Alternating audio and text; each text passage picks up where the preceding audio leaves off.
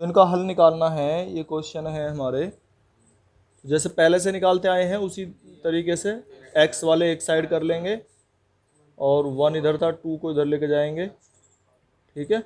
तो ये एक्स और लेस देन कितना आ गया 3, ठीक है। ये इसका सॉल्यूशन निकल के आ गया है। अब ये इसमें कहता है संख्या रेखा पर आलेखित करने हैं, हल निकालना है और आलेखित करने हैं। तो अगर ऐसे हम कहें इसको बना के वो तो 3 से कम है तो ये और माइनस इन्फिनिटी, ठीक है ना, ये इसका हल आ गया निकल के, एक्स बिलोंग्स टू लिख देते हैं। अच्छा, अब इसको संख्या रेखा पर भी या आलेखित करने के लिए कह रहा है, तो संख्या रेखा पर देखो 0, इधर 1, इधर 2, इधर 3 ऐसे लिखते हैं ना, और आगे तक बढ़ते चले जाओ, ठीक है ना, ये प्लस इन्फिनिटी तक और इधर माइनस इन्फिनिटी तक, ये नंबर लाइन संख्या रेखा चलती जाती है। अब इसमें ये x belongs to minus infinity और 3, यानी कि 3 और माइनस इन्फिनिटी के बीच में हमें लेना है। तो 3 से लेना है, यानी कि यहाँ से स्टार्ट करके ऐसे निशान लगा देंगे 3 से लेके और माइनस इन्फिनिटी तक, ये हमारा सॉल्यूशन हो जाएगा। सिर्फ ये दिखाना है हमें कि कहाँ से कहाँ तक इसमें ये हमारे हल हैं, बस और कुछ नहीं है। तो माइनस इन्फिनिटी और 3 के बीच में जितने भी नंबर होंगे वो सब इस असमीका को संतुष्ट करेंगे, ठीक है। तो 18वें में 5x minus 3 greater than 3x minus 5, x वाले एक साइड बिना एक्स वाले एक साइड कर दिए और इसे डिवाइड करके आ गया -1। तो इसका जो सॉल्यूशन होगा, अब इसे लिखेंगे हम -1 से इन्फिनिटी, ठीक है। इन्फिनिटी की साइड तो ये लग जाएगा ब्रैकेट। अब इसको नंबर लाइन पर दिखाया, यू दिखा दिया नंबर लाइन पे, ठीक है। -1 से इन्फिनिटी की साइड, ठीक है। 3 1 minus x less than 2x plus 4, 2 की मल्टीप्लाई कर दी और x वालों को एक साइड लेके 8 माइनस 3 5x ग्रेटर देन -1 आ गया, ठीक है। इसमें -1 से इन्फिनिटी तक आ गया, ये तो ठीक हो गया। x/2 greater than equal to का साइन था इसमें, तो पहले तो इस साइड वाले हमने एलसीएम लेके सोल्व कर लिए और फिर इनकी क्रॉस मल्टीप्लाई करके ये हमने ये निकाल लिया सॉल्यूशन। और क्या आया भाई, -2/7, इसमें तो इक्वल का साइन था, तो -2/7 के साथ में बोला जाएगा ब्रैकेट ये, ठीक है। और ये हो गया क्वेश्चन नंबर। तो इसमें कहता है कि रवि ने 2 एकक परीक्षाएं, यूनिट टेस्ट है ना, तो 2 यूनिट टेस्ट हुए, उसमें 70 और 75 अंक आए हैं। तो एक टेस्ट में अगर हम लिखने लगे तो एक टेस्ट में तो आए हैं उसके T1 लिख दिया हमने, ठीक है, 70, और दूसरे में आए हैं 75 है, ठीक है। वह न्यूनतम अंक ज्ञात कीजिए जिसे वह तीसरी एकक परीक्षा में पाकर, यानी कि तीसरी जो परीक्षा एकक हुई है, यूनिट टेस्ट जो तीसरा हुआ, उसमें उसे कितने अंक आए। तो मान लिया ये x अंक आ रहे हैं उसके, ठीक है। अब ये आगे कहता है 60 अंक का न्यूनतम औसत, औसत जो है उनका, यानी कि T1 plus T2 plus T3 बटे 3, इनका जो औसत है न्यूनतम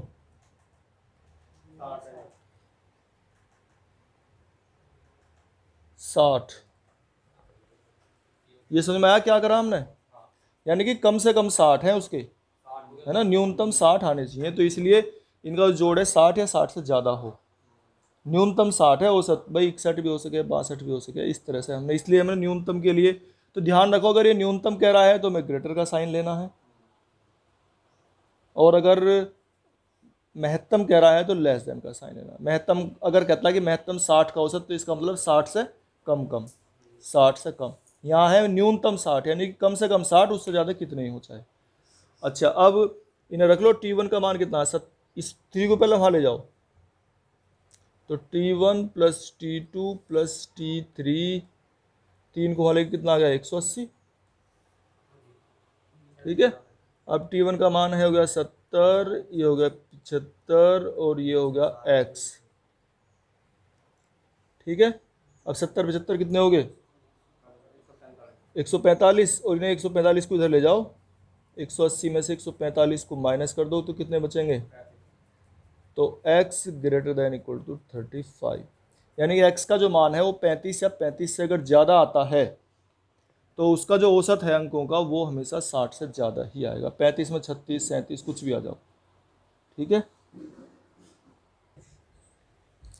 तो 10 से कम क्रमागत विषम संख्या लिखनी है हमें, पहले तो ये लिख लो, 10 से कम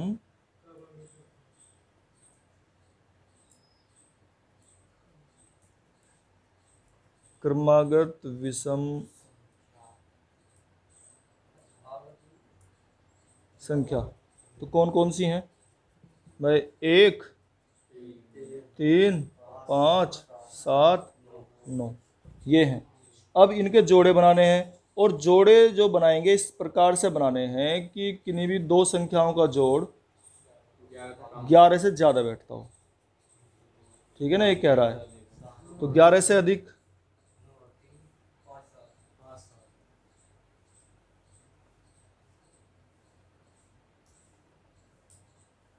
योग प्राप्त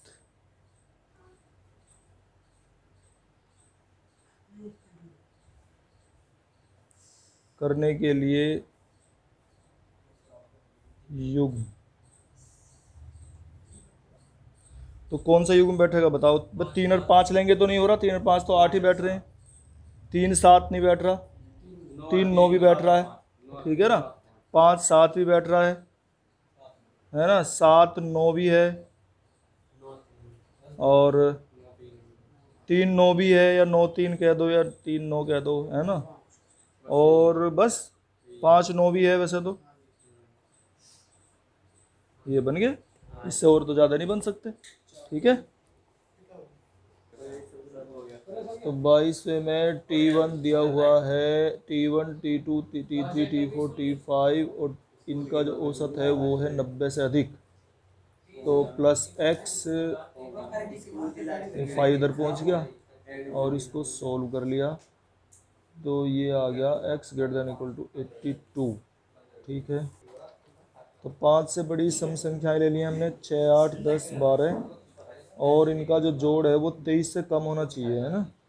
तो ये जोड़े बना दिए हमने, 6 12 8 12 10 12 8 10, कोई भी ले सकते हैं हम, ठीक है। तो माना तीसरी भुजा इसकी हम मान लेते हैं, यही हमें माननी है जिसको पूछ रहा है हमारे से। माना तीसरी भुजा जो इसकी x सेंटीमीटर है, ठीक है, सेंटीमीटर में दिए हुए हैं ना सब इसकी यूनिट, तो मान लिया तीसरी भुजा जो है x सेंटीमीटर है। अब ये कहता है ये इसकी सारी भुजा निकालनी है। देखो ये कैसे कैसे लिखा है इसने, तीसरी भुजा, त्रिभुज की तीसरी भुजा सबसे बड़ी भुजा से, तो अगर हम ये बना लेते हैं, एक बार त्रिभुज बना लिया हमने, तो तीसरी भुजा मान लिया ये तीसरी भुजा है, ये पहली होगी ये दूसरी होगी, या तो ये कह रहा है इसमें, ये समझने वाली बात है, त्रिभुज की तीसरी भुजा सबसे बड़ी भुजा से 2 सेंटीमीटर कम है, तो ये वाली जो भुजा है इससे 2 सेंटीमीटर कम है, ठीक है। इससे 2, ये मतलब तीसरी भुजा ये होगी ना, ये इससे 2 सेंटीमीटर कम है, तो ये इससे 2 सेंटीमीटर ज़्यादा है, यानी कि सबसे बड़ी भुजा निकालेंगे हम, समझना भाई इस चीज़ को। तो सबसे बड़ी भुजा उल्टे उल्टे करके निकालनी पड़ेगी क्योंकि इसने मानने के लिए ऐसी बात कह रखी है, तो सबसे बड़ी भुजा हो जाएगी x+2, क्योंकि ये जो हमने मानी है भुजा तीसरी भुजा, ये तीसरी भुजा इससे 2 सेंटीमीटर कम है, ये तो ये 2 सेंटीमीटर ज़्यादा है, तो इसलिए इसमें 2 सेंटीमीटर हमने जोड़ लिया सबसे बड़ी भुजा में। अच्छा, और ये कहता है सबसे छोटी भुजा की 3 गुनी है, सबसे बड़ी भुजा जो है वो सबसे छोटी भुजा की 3 गुनी है, तो सबसे छोटी भुजा जो है उसे भी निकाल लो, सबसे छोटी भुजा, क्योंकि सबसे छोटी और सबसे बड़ी के बारे में बात कर रहा है ये यहाँ पे, तो सबसे बड़ी तो ये है x+2, और ये जो x+2 है ये 3 गुनी है सबसे छोटी की 3 गुनी, तो अब सबसे बड़ी तो हमें पता है, तो इसका मतलब है सबसे छोटी हो जाएगी x प्लस 2/3। भाई अगर हम ये कहें कि एक बच्चे के पास हैं 30 पैसे या 30 रुपए हैं और दूसरे के पास जो हैं, इसके पास जो पैसे हैं वो दूसरे स्टूडेंट से या दूसरे लड़के से 3 गुने हैं, तो उसके पास कितने हैं? भाई हम ये कह रहे हैं इसके पास 3 गुने हैं। इसके पास पहले वाले से, एक स्टूडेंट पहले नंबर का है, एक दूसरे नंबर का है, कि इस दूसरे नंबर वाले के पास पहले नंबर वाले से 3 गुने पैसे हैं, तो इस पे 10 रुपये हैं। यानी कैसे निकाले तुमने? 3 से डिवाइड करके, है ना। तो ये इसी बात को कह रहा है कि जो सबसे छोटी भुजा है या जो सबसे बड़ी भुजा के बारे में बात करी, सबसे बड़ी भुजा है वो सबसे छोटी भुजा की 3 गुनी है। तो इसने इसके बारे में बताया, इसके बारे में नहीं बताया, तो ये से हम निकालना चाहते हैं, इसका उल्टा करना पड़ेगा फिर हमें, यानी कि 3 से डिवाइड करेंगे। यही बात हमने ये इसमें बता भी दी है। जैसे हमसे कोई कहना है कि सेब का जो रेट है वो 60 रुपये है और वो केले के रेट या चलो अमरूद के रेट से 3 गुना है। ये सेब का रेट है 60 रुपये किलो और अमरूद के रेट से 3 गुना है, तो बताओ अमरूद का रेट क्या है? अमरूद के रेट से इसका रेट 3 गुना है, तो अमरूद का रेट क्या है? 20। ठीक है ना। तो उसी हिसाब से ये कह रहा है कि जो सबसे बड़ी जो भुजा है वो सबसे छोटी भुजा की 3 गुनी है, तो इसका मतलब इसमें 3 से भाग करके सबसे छोटी भुजा निकलेगी। ठीक है ना। ये बात इसमें समझने की थी हमें। अब ये इसके आगे क्या कहता है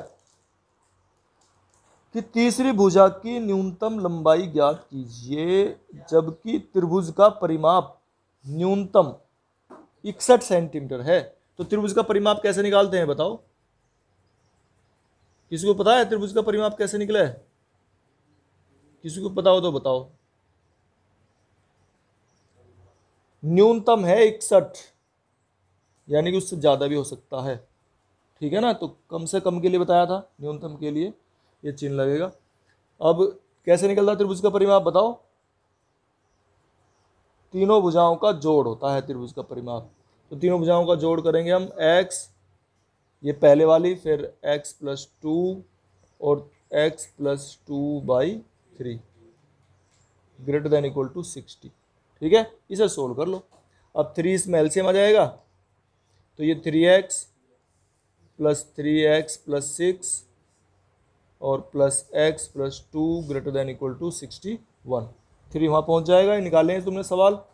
अब 3x और 3x 6 और 1 7 और 6 और 2 8 और ये कितना हो गया है? इस 8 को उधर ले जाओ, कितना आ गया ये? 75। 7 से डिवाइड करो, 7 दूनी 14 3 और 7 पंजे 35। तो ये होना चाहिए, यानी कि x का जो मान है, अच्छा हमें x नहीं निकालना, सुनो अभी तीसरी भुजा निकालनी थी, पर ठीक है ये निकालनी तीसरी भुजा। तीसरी भुजा मान के चले थे हम, तो तीसरी भुजा का जो मान है 25, कम से कम 25 होगा। तो देखो इसमें ये कह रहा है, क्वेश्चन नंबर 26 है, बोर्ड की जो कुल लंबाई है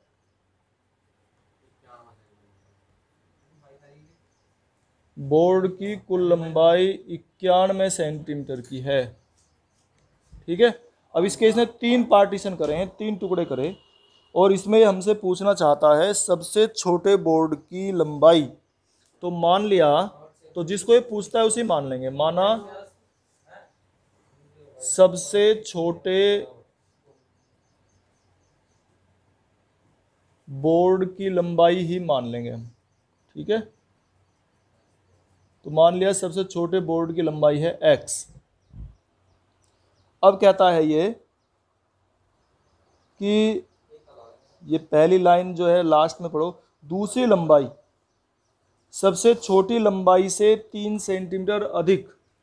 दूसरी लंबाई सबसे छोटी तो ये थी x, तो दूसरे बोर्ड की लंबाई कितनी हो जाएगी? 3 सेंटीमीटर अधिक है, तो दूसरे बोर्ड की लंबाई हो जाएगी, हाँ दूसरे बोर्ड की लंबाई हो जाएगी इससे 3 सेंटीमीटर अधिक है। ठीक है। और क्या कहता है इससे आगे तीसरी लंबाई सबसे छोटी लंबाई की 2 गुनी। तीसरी लंबाई निकाल लो। तीसरी लंबाई सबसे छोटी लंबाई की 2 गुनी यानी कि 2x।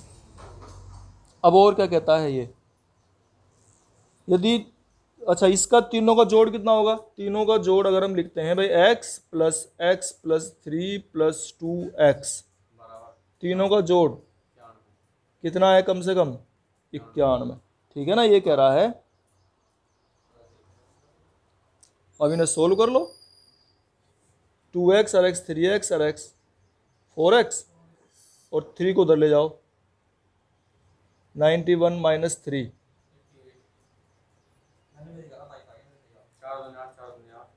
ठीक है, तो x greater than equal to 22 यानी कि 22 से ज़्यादा होगी। अच्छा एक शर्त, दूसरी और भी शर्त है इसकी एक, ये कह रहा है कि तीसरा टुकड़ा दूसरे टुकड़े से कम 5 सेंटीमीटर अधिक लंबा हो। तीसरा टुकड़ा, तो तीसरा कौन सा था हमारा, ये है ना, तो तीसरा टुकड़ा दूसरे टुकड़े से, दूसरा कितना था हमारा x प्लस 3 से 5 सेंटीमीटर अधिक हो, +5। तीसरा टुकड़ा दूसरे टुकड़े से 5 सेंटीमीटर अधिक हो। ठीक है, तो इसे भी निकाल लो। x को इधर ले आओ तो x बचेगा ग्रेटर देन इक्वल टू 5 और 3 8, यानी कि x का मान 8 से ज़्यादा हो और 22 हो जाए, यानी कि ये 22 से ज़्यादा लेना है हमें। ये इसका सॉल्यूशन निकल कर आ जाएगा कि x का मान जो है हमें 22 से ज़्यादा ही लेना है। ठीक है।